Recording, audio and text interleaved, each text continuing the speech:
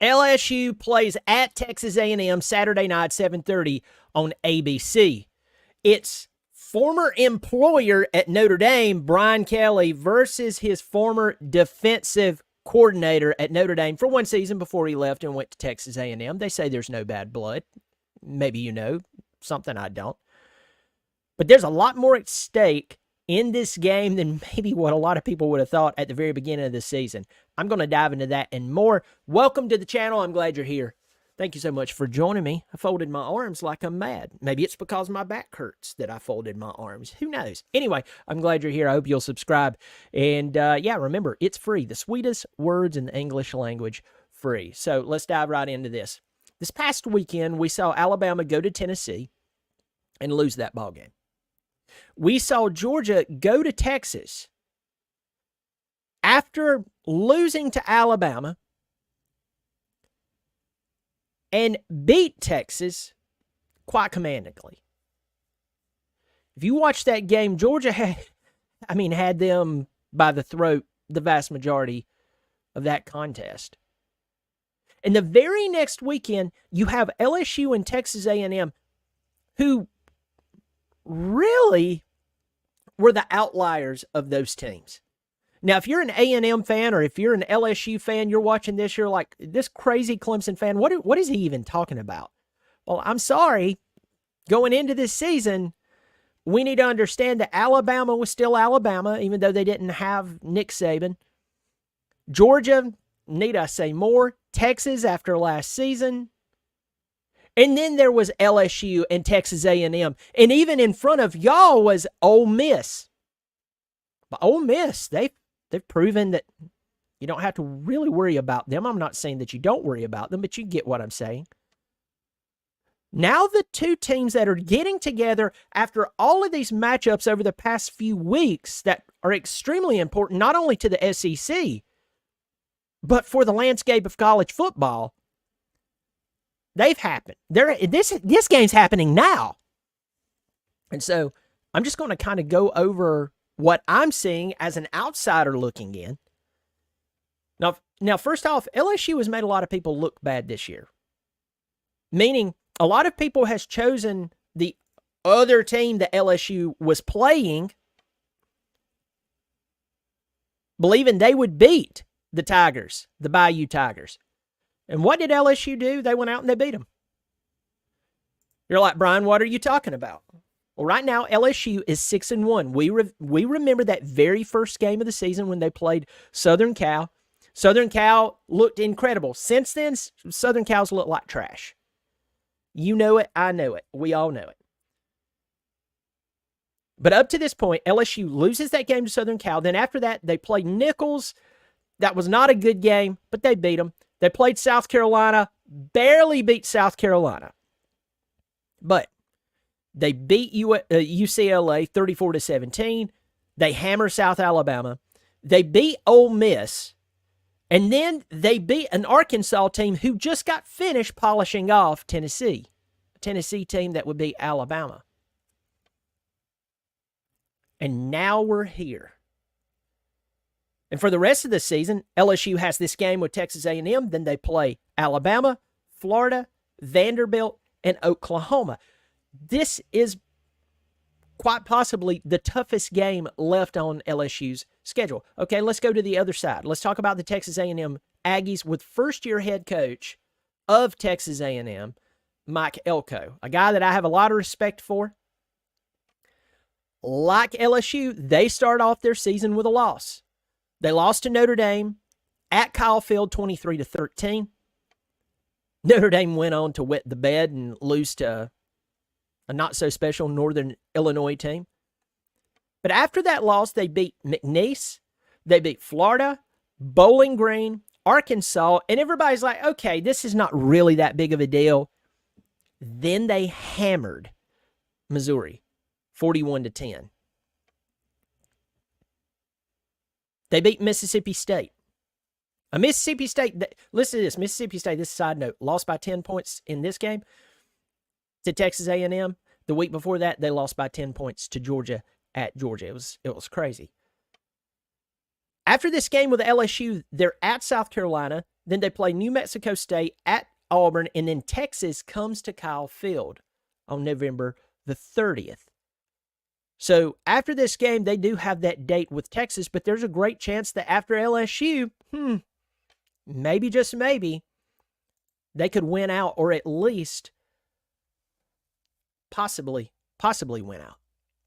So you have these two teams getting together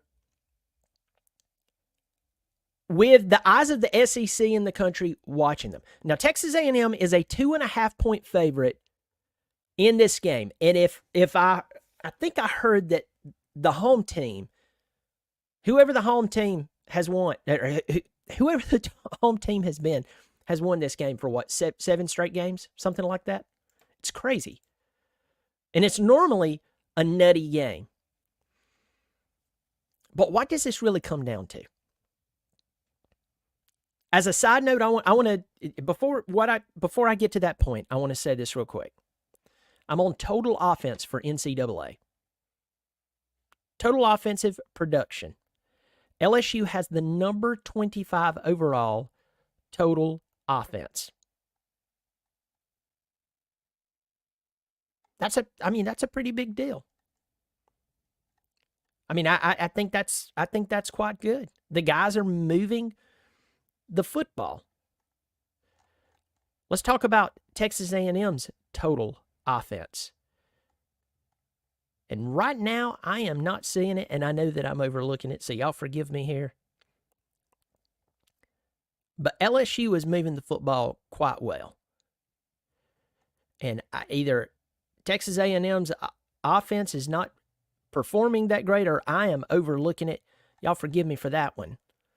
But right off the bat, I'm seeing LSU in the top 25 for total offense, meaning they can move the football. Now, when you go to total defense, you have Texas A&M ranked number 31, and LSU is ranked number 67 on total defense. So it looks like A&M can play a little better defense than LSU. The game is not played by stats, but stats can give you a pretty good idea of what's going down. Why do I think the two deciding factors for this game is?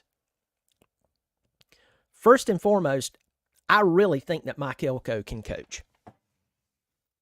I believe that Mike Elko can actually coach. I think that he's one of the better coaches that's worth his weight in salt, that's worth the vast majority of his contract, though most all of them are overpaid, grossly overpaid. But he is a really good coach. I have a lot of respect for Mike Elko. I have respect for Brian Kelly. The problem with Brian Kelly is that he can get you to the big game, but he has had a very difficult time winning it. And if anyone wants to dispute that, show me the big game that he won. So there's that one. But let's look at Mike Elko. Mike Elko needs this game, but he doesn't need this game as much as Brian Kelly needs it. Then you take Brian Kelly and you say, hey, you have the veteran quarterback here between both teams. And folks, there's a part of me that believes Texas A&M wins this ball game. There's a part of me that says Texas A&M wins the ball game. But there's a part of me that screams a little louder that LSU's playing a little better ball right now. They're a little more tested than Texas A&M. And even though Texas A&M's a 2.5-point favorite, and I think this is a toss-up. Anyone could win this game. My gut, and I trust my gut, unless I'm sick right now, and I probably shouldn't, I'm leaning more towards the Bayou Tigers winning this football game. Folks, tell me what you think in the comments section.